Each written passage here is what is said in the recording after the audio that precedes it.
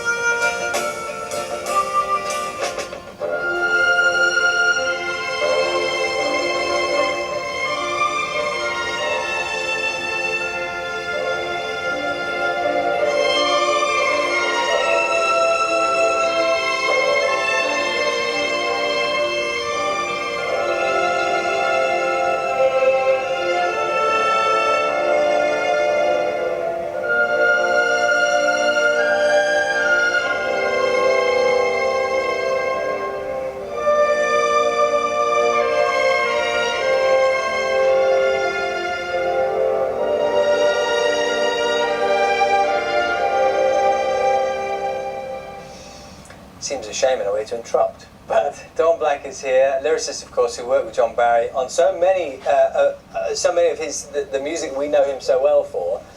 It's going to be an amazing occasion tomorrow, isn't it?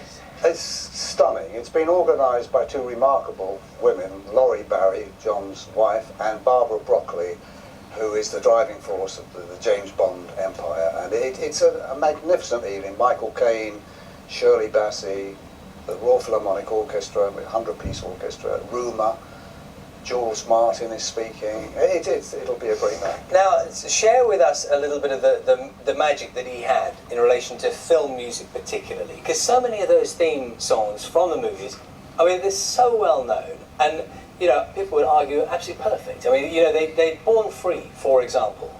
That music, almost the first note that strikes up, everyone knows what it is. Yes, it's a simple yet epic melody.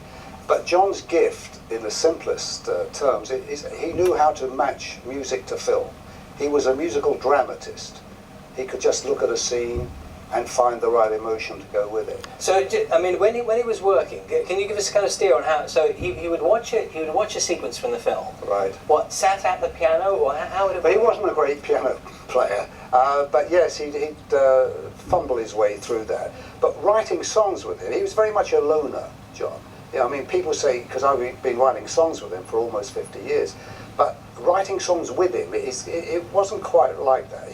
He would present the music to me. He would agonize over the melodies, he would hone them, and then he would unveil them, rather than... It wasn't like those old movies with Mickey Rooney and 2 jittery songwriters smoking around a battered upright piano. No, he would deliver the music to me, I would write the lyric, and then we'd get together. But it wasn't, you know, people have this image of songwriters up all night smoking and going through all the agony. It wasn't like that at all.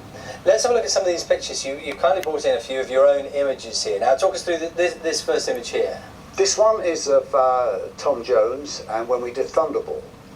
And I remember that session very well because Tom Jones fainted at the end of it. Why? Because the last note of Thunderball is very high, and he had a blood rush. He's still singing the song, but he's lowered the key now. Oh, fantastic. What an amazing story. And what's this second image we have That here? is the irreplaceable Matt Monro there in the middle, and that was the session for Born Free when we wrote Born Free, and a great day for John and me and Matt, because we went on to win an Academy Award for that song. Of course, one of 5 altogether that he won. That's right. Yeah. Yes. And this last image? And that was just me and John. Just it was the Diamonds Are Forever period, and that's what we looked like then. And you're going to say to me, "Oh, you haven't changed a bit." Tell me, do you have a favourite? A favourite song that you worked on together with John?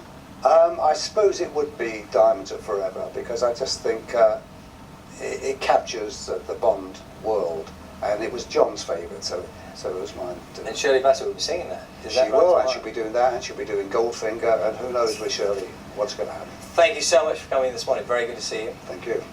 That brings us pretty much to the end of breakfast this